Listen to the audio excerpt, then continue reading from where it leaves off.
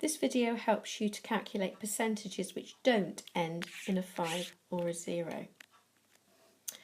Fundamental to being able to do this is the skill we've already learnt in N2 of calculating 10%, but additionally you need to be able to calculate 1%.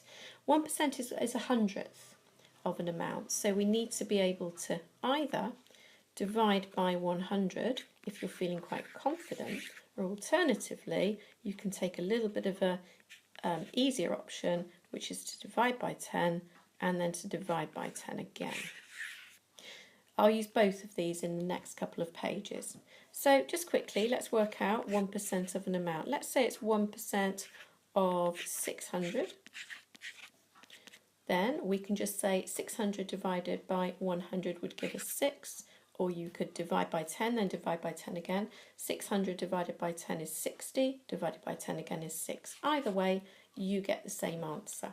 Okay, I'll use the divide by 100 method on this one.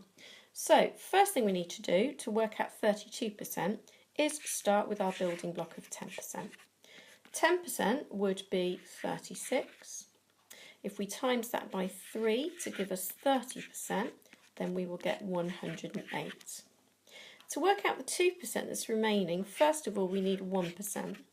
For 1%, if we're using the divide by 100 method, we'll end up with 3.6. You need to be careful here with decimals. 2% would be 7.2, which is double that. So to work out 32, we need that amount, we need that amount. I find the circling really helps because it means you don't get distracted by the other amounts that are on the page. So we need 108 and we need 7.2, which will give us a 0.2 on the end. And then we've got 15 here, we've got 1 in the tens, and we've got 1 in the hundreds as well. So there's our total, 115.2.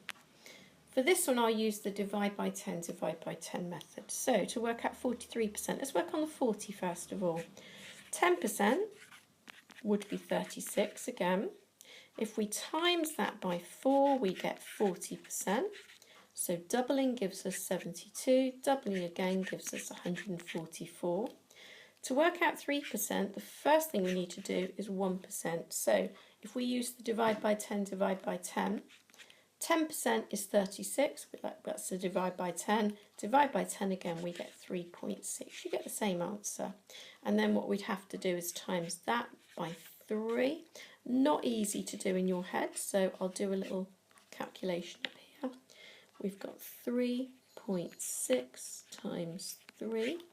6 times 3 is 18, carry the 1, put the decimal point in, and 3 times 3 is 9, add 1 is 10, giving us 10.8. So the 3% would be 10.8. Let's circle what we need to add together.